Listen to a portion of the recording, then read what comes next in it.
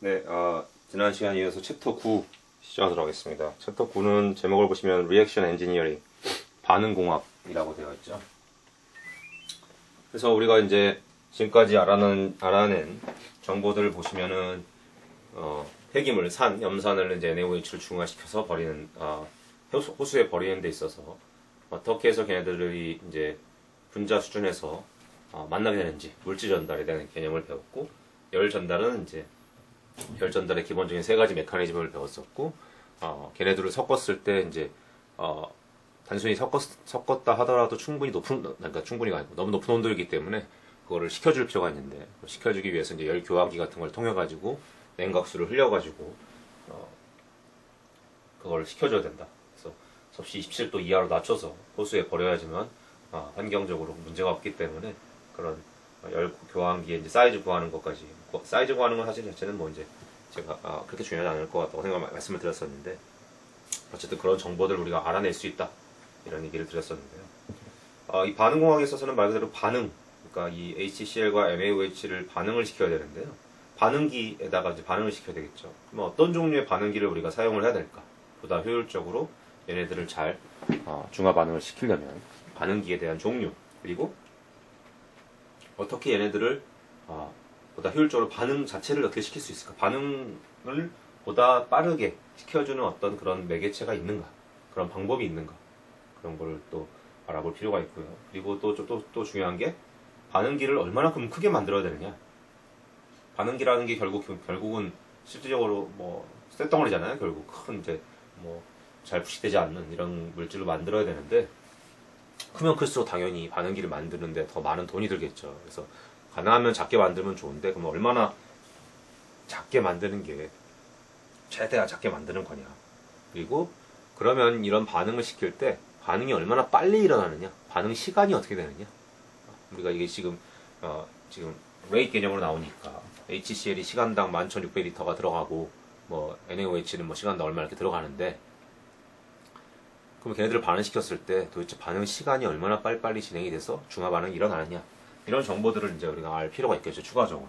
그래서 챕터 9에서는 그러한 정보들을 알아보도록 하겠습니다. 그래서 방금 전에 말씀드린 대로 반응 시간에 대한 정보를 알고자 하면은 리액션 키네틱스, 반응 속도론, 반응이 도대체 얼마나 빨리 일어나는지, 이 산염기 중화 반응이라는 것인지 얼마나 빨리 반응이라는 것이 얼마나 빨리 일어나는 반응이고, 그 반응의 속도에 영향을 주는 요소들이 뭐가 있는지, 이런 것들을 좀 알아볼 필요가 있겠죠. 그래서 반응의 속도에 여러 가지 요소들이 영향을 줍니다. 예를 들면 이런 반응이 있다고 생각을 해보죠. A하고 B 분자가 만나서 일단 만나야지 반응이 일어나겠죠. 그래서 일단 어느 정도 두 개 만난 다음에, 그러니까 만난다는 게 이제 콜리전, 충돌이 일어나야 되는 거죠. 충돌이 일어나서 활성화된 어떤 그 상태를 이루고, 그 다음에 이제 실제로 이 상태에서 반응이 일어나서 C와 D로 된 다음에 이제 분리가 되는 생성물로 이렇게 되는 과정이라고 말씀드릴 수가 있는데요. 일단은 반응이 일어나려면 분자들이 만나야 됩니다. 만난다는 게 굉장히 중요한 요소입니다. 컬리전 자체가 어떻게 보면 가장 중요한 요소라고 말씀드릴 수 있습니다. 당연히 다시 말해서 얼마나 많이 얘네들이 만나느냐, 많이 만나면 만날수록 반응이 일어날 가능성이 더 높아지는 거잖아요. 그렇기 때문에 얼마나 자주 얼마나 많이 만나느냐, 프리퀀시 오브 컬리전이 굉장히 중요하고요.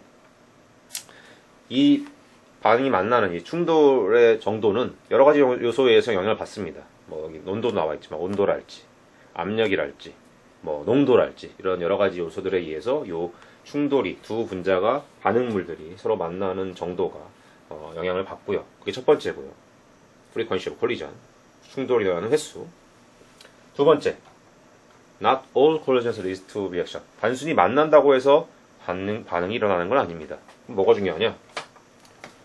molecular orientation. 다시 말해서 예를 들면 이 두 분자는 이 부분하고 이 빨간색 부분, 이 두 부분이 만나야지만 반응이 일어난다 라고 하면, 이렇게 만나야지 뭐 이렇게 뒤집혀가지고 만나면 반응이 안 일어나겠죠. 아무리 만난다 하더라도.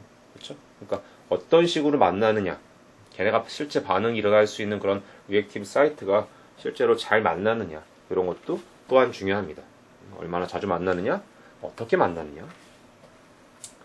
또 세 번째로 마찬가지로 not all collisions lead to reaction에서 force energy of collision 돼 있죠. 그 만나는데 그냥 살짝 얘네 둘이 그냥 살짝 이렇게 와가지고 살짝 만났다가 터치했다 떨어지면은 반응이 안 갑니다. 충분한 힘과 에너지를 가지고 만나야지만 얘네가 반응이 일어납니다. 여러분들 이런 리액션 다이어그램 본 적이 있을 겁니다. 반응물의 에너지, 생성물의 에너지. 반응물이 생성물로 가려면 이런 언덕을 넘어가야 됩니다. 이런 언덕을 넘어갈 수 있는 충분한 에너지를 가져야지만 액티베이티드 컴프레스를 거쳐서 비로소 생성물이 될 수가 있는 겁니다. 그러니까 충분한 힘과 에너지를 가지고서 방향을 잘 맞춰서 충돌을 해야지만 비로소 반응이 일어나는 것이죠. 그래서 이런 에너지, 반응물이 요 위에까지 액티베이티드 컴플렉스, 활성화 에너지를 가진 그런 상태까지 올라가는 데 필요한 에너지를 우리가 액티베이션 에너지, 활성화 에너지라고 하죠. 그런 식으로 충분한 또 에너지를 가져야 된다. 많이 만난다고만 해서 되는 게 아니라 또 어떻게 만난다고만 해서 되는 게 아니라 확실하게 잘 충분한 에너지를 가지고 만나야 된다. 이런 걸 우리가 일단 알 수가 있습니다. 오케이?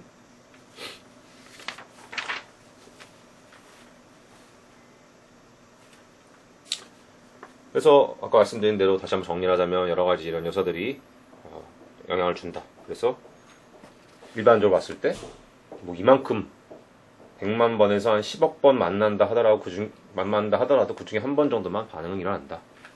굉장히 낮은 확률이죠. 그러니까 얼마나 잘 얘네들이 만나야지만 반응이 일어나는지 알 수가 있습니다. 그래서 여러 가지 요소들이 이런 반응의 속도에 영향을 준다. 뭐 온도, 압력, 뭐 이런 등등등 여러 가지 요소들이 영향을 준다는 걸 알 수가 있고요. 우리가 흔히 반응 속도를 올리는 데 쉽게 사용하는 게 이제 촉매가 있죠. 캐탈리스트. 촉매 역할은 여러분 다 알겠지만 이 활성화 에너지를 낮춰줍니다. 어떻게 낮춰주느냐? 얘네들이 여러 가지 요소 방법들이 있는데 예를 들면 이런 식입니다. 이런 식이죠. 이게 촉매 한 구조를 보여주고 있는데요. 다공성을 가진 이런 식입니다. 예를 들면 이 촉매가 이제 이 표면인데요. 이 촉매가 있으면은 A라는 물질이 이렇게 딱 달라붙습니다. 이 빨간색 부분이 바깥쪽으로 노출되게. 그러면 B가 이렇게 부딪혔을 때 반응이 일어날 확률이 이 촉매가 없을 때에 비해서 훨씬 올라가는 거죠. 훨씬 더 쉽게 반응이 일어날 수가 있는 거죠. 예를 들면 이런 식으로 촉매가 활성화 에너지를 낮춰줌으로써 보다 반응이 더 잘 빠르게 갈 수 있도록 만들어주는 그런 역할을 하는 놈을 우리가 촉매라고 부른다라고 합니다. 이렇게. 그래서 본격적으로 반응 속도론에 대해서 한번 말씀을 드리면 반응 속도라고 하는 거는 반응 속도를 이제 우리가 소문자 R로 표현을 하는데요. 첫 번째 질문이 있습니다. 1번 하나하나 퀘스천으로 보죠. What are the units of R reaction A? 반응 속도의 그러면 단위는 어떻게 되느냐? 단위. 기본적으로 반응 속도의 단위는 단위 시간당 농도의 변화입니다. 농도라고 하면 이제 몰 농도가 되겠죠. 그렇기 때문에 단위 속도의 단위는 이렇게 됩니다. 단위 시간당 농도, 몰 퍼 볼륨이잖아요. 그래서 이런 단위를 기본적으로 반응 속도는 가지고 있습니다. 그럼 반응 속도가 어떻게 이제 표현이 되느냐? 보통 일반적인 이런 형태를 갖고 있습니다. 예를 들면 반응물이 A하고 B다 라고 하면 앞에 어떤 상수가 붙고요. K라는 상수가 붙고 이제 그거는 이제 우리가 반응 속도 상수라고 보통 부르죠. Reaction Rate Constant. 그리고 뒤에 농도의 농도에 대한 의존을 하게 됩니다.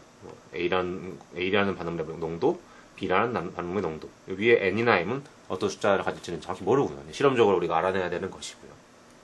그래서 요 위에 있는 개수들 N이나 M을 우리가 리액션의 오더라고 부릅니다.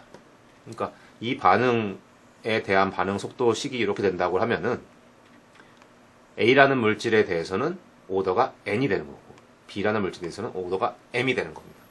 그래서 2번 질문에 대해서 What order is this reaction with respect to reactant B? B에 대해서는 오더가 M이 되는 겁니다. 3번 질문은 What is the overall order죠? 전체 오더는 뭐냐면은 전체 오더의 정의는 이 각각의 반응물들의 오더의 합, 다시 말해서 N 더하기 M이 됩니다. 4번이 이제 중요한데요.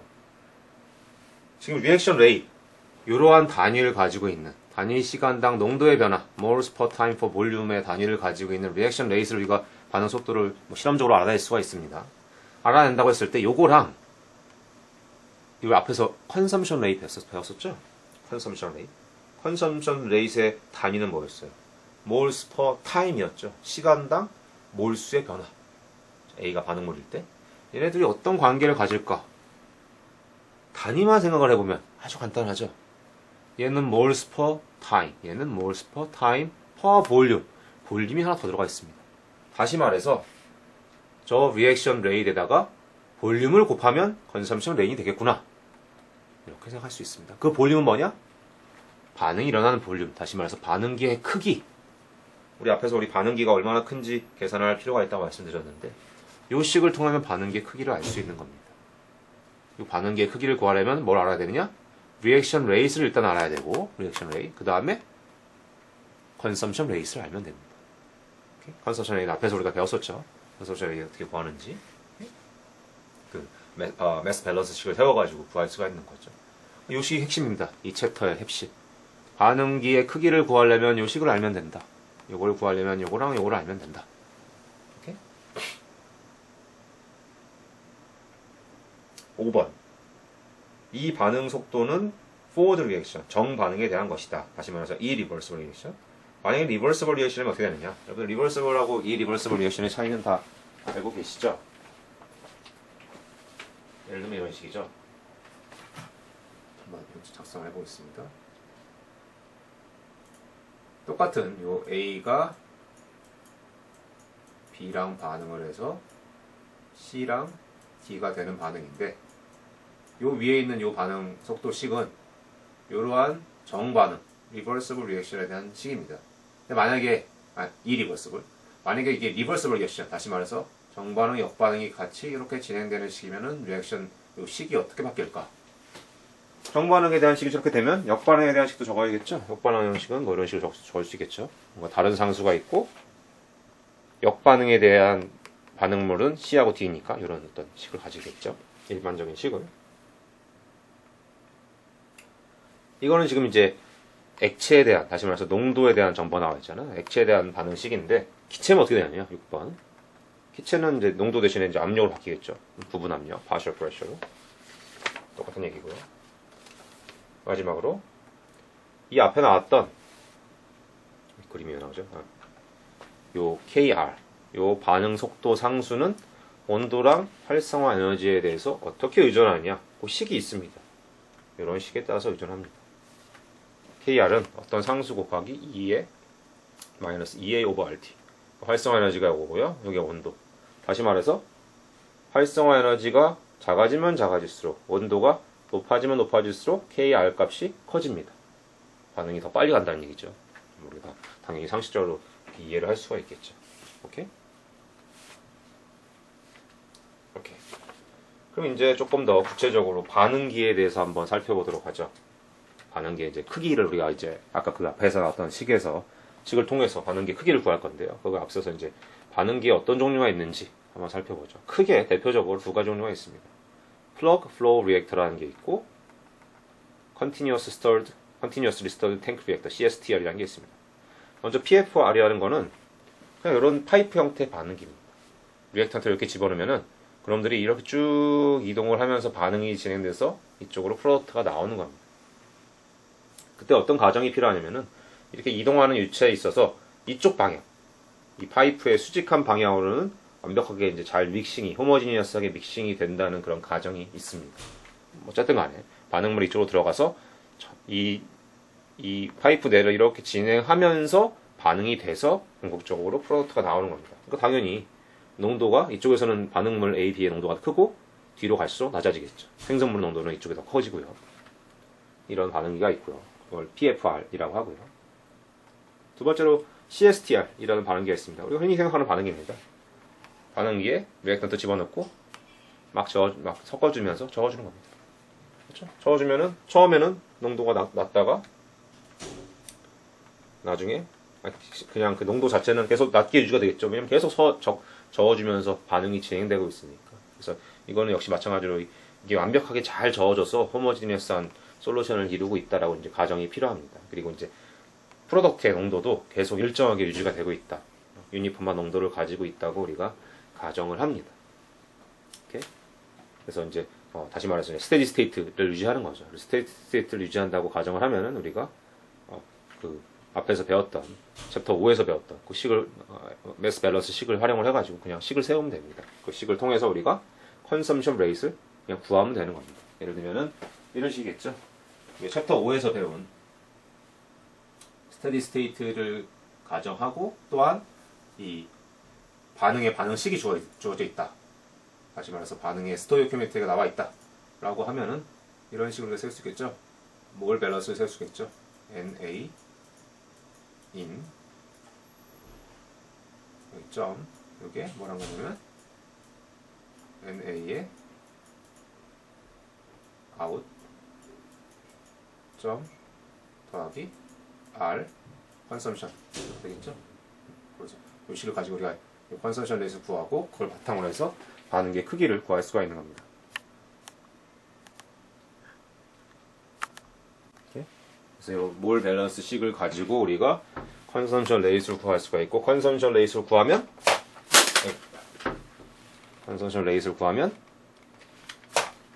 이걸 구하면 이것만 알면 반응의 크기를 우리가 알 수가 있겠죠.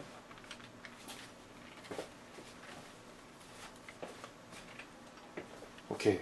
그래서 실제적으로 한번 구해볼 수가 있습니다. 여러분들 뭐 다 그 교재에 어떻게 구하는지 나와 있으니까 한번 꼭 풀어보시길 바라고요. 뭐 굉장히 간단한 아까 그 식만 알면 끝나는 겁니다. 사실 뭐 그 식만 매트리얼 밸런스 식하고 아까 반응 속도식 그만 알면 뭐 다 쉽게 그냥 구할 수가 있는 것이기 때문에 특별히 제가 따로 계산을 하지 않아도 될 것 같고요.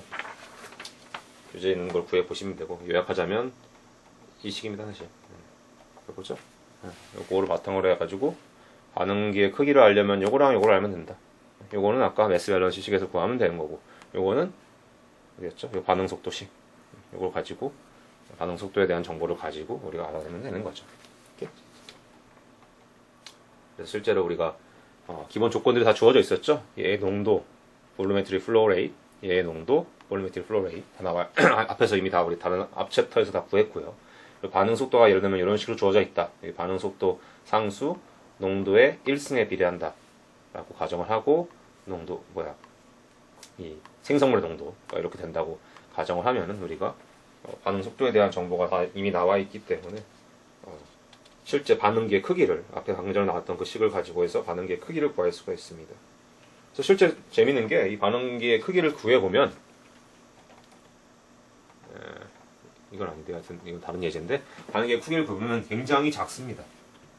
작다는 게 무슨 얘기냐면은 이 산염기 반응이 워낙 굉장히 빠르게 잘 일어나기 때문에 반응기가 그다지 클 필요가 없다는 얘기입니다.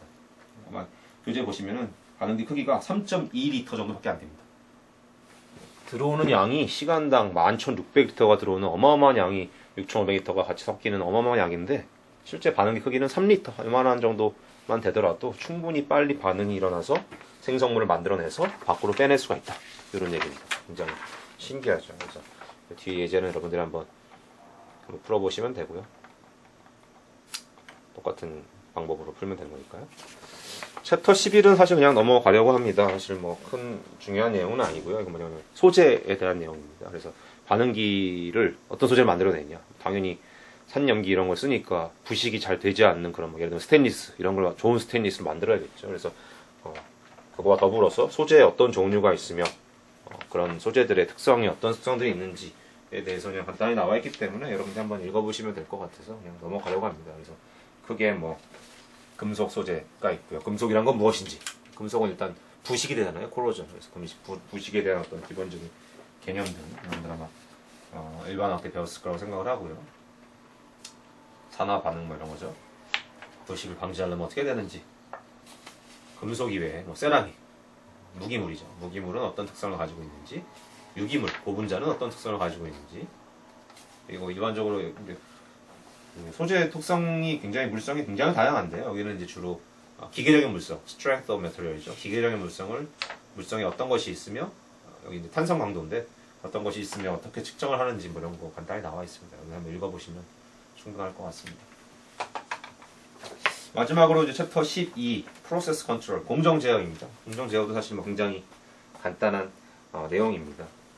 여러분들 이 반응을 진행하는 데 있어서 그러니까 이 공정 산과 염기를 반응시켜서 이렇게 중화시키는 그런 공정에 있어서 우리가 이 유체들을 계속 흘려주지 않습니까? 플로우 레이스를 계속 일정하게 유지를 시켜서 흘려줘야 되는데 그럼 어떻게 해서 그 플로우 레이스를 일정하게 유지를 시켜줄 수 있을까? 그냥 11,600리터 per hour, 뭐 아까 6,500리터 per hour 이런데 굉장히 많은 양이잖아요. 그걸 일정한 유지가 안 되면은 반응이 1대1로 진행이 잘 안 될 거 아니에요. 그러니까 걔네들의 유체 흐름 속도, 플로우 레이 그리고 뭐 농도 같은 것도 굉장히 가능하면 일정하게 유지를 시켜줘야지만 반응이 딱 1대1로 잘 일어날 텐데 시간에 따라서 걔네들을 일정하게 유지를 시킨다는 것 자체가 굉장히 쉬운 일이 아닐 것 같은데 어떻게 시켜야 되느냐, 어떻게 그 공정을 제어를 해야 되느냐, 공정 제어에 대한 아주 일반적인 내용만 여기는 나와 있습니다. 그래서 그냥 일반적인 내용만 살펴보도록 하죠. 그래서 이런 식으로 시간에 따라서 이렇게 뭐 온도가 됐든 플로우 레이트이 됐든 간에 변합니다. 얘네들은 이제 어느 정도 평균값에는 일정하게 유지가 되긴 되지만 왔다 갔다 막 많이 하죠. 좀 별로 바람직한 경우가 아니죠. 아니면 이런 경우도 있습니다. 아예 변해버립니다. 평균값이 유지가 안 되고 이러면 더 문제가 되겠죠. 아예 언스테이블. 근데 우리가 원하는 건 이런 거죠. 최대한 평균값에 가까이 크게 변하지 않고 유지가 되길 바란다. 어떻게 하면 될까? 예를 들면 이런 거죠. 가만히 있다가 예를 들면 농도라고 생각하죠. 농도가 올라갑니다. 갑자기. 아니 농도가 플로우레이트라고 하죠. 플로우레이트가 올라갑니다. 플로우레이트를 인위적으로 낮춰줘야 되죠. 예를 들면 밸브 같은 걸 조절을 해줌으로써 그렇죠. 밸브를 좀 잠가주면은 플로우레이트 줄어들 거고 밸브를 다시 열어주면 플로우레이트 증가할 거고 이런 식으로 조절을 해줘야 되는데 당연히 그걸 다 요즘은 사람이 하지 않겠죠. 다 컴퓨터로 자동적으로 제어를 합니다. 그래서 그런 제어하는 방법이 크게 두 가지가 있습니다.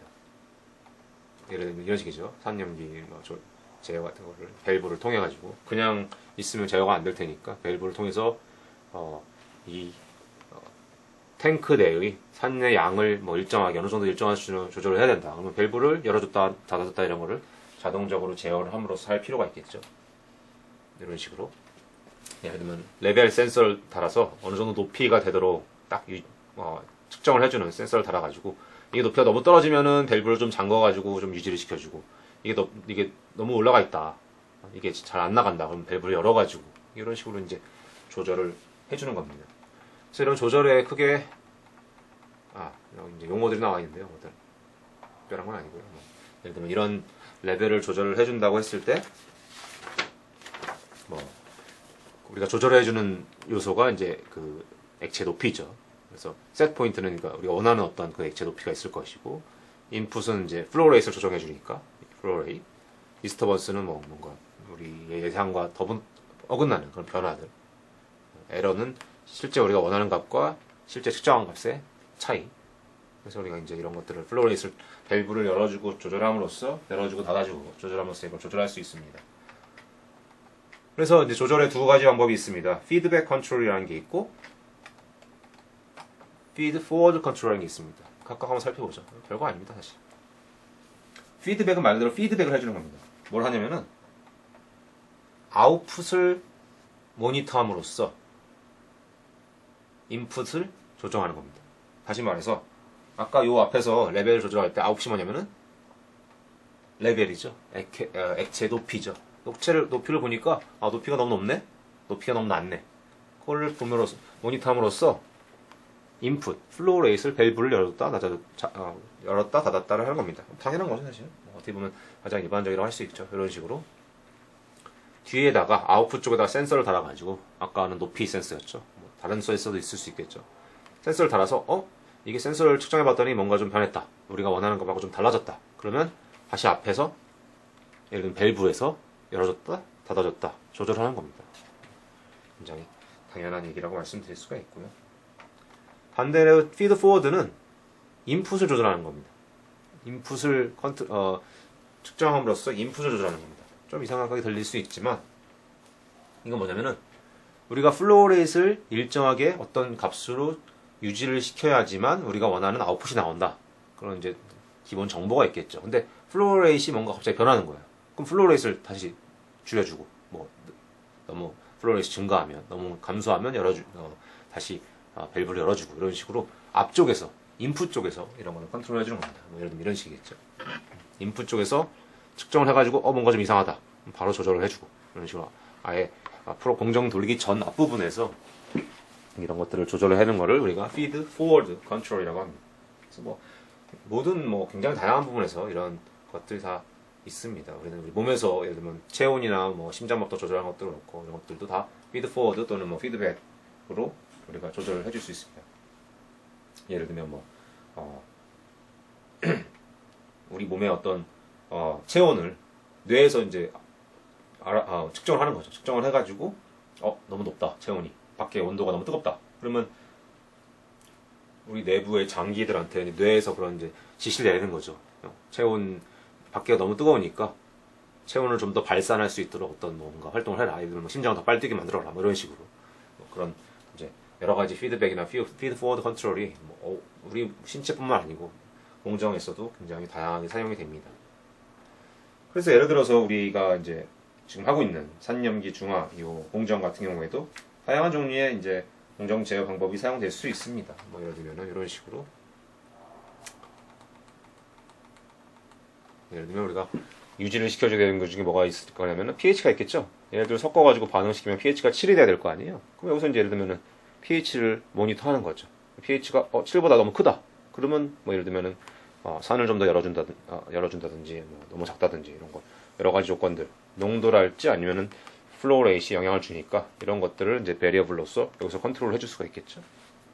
그 다음에 뭐 온도 같은 경우도 우리가 최종적으로 27도에 맞춰야 되니까 온도가 너무 올라가면은 냉각수를 좀 더 넣어준다든지 냉각수의 플로우 레이트를 좀 더 증가시켜준다든지 온도가 너무 내려가면 반대로 한다든지 이런 식으로 우리가 조절을 해줄 수가 있겠죠.